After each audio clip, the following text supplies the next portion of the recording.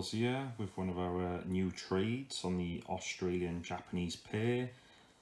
We set this up on Sunday using our bounce back strategy, using our actual software. We're currently 52 pips in profit. We'll probably hit 60 by the end of the day. Like I always say, only need 10 pips because 10 pips a day keeps the bills away. So I'm currently 52, so that's 42 pips more than I actually need today. Obviously using our exit manager software, this will actually manage now the trade for me. So this is guaranteed to stay in profit. It'll manage it for me and take profit at my actual targeted amount. So if this is something that you guys would be interested in or learning more about, then feel free to get back to me.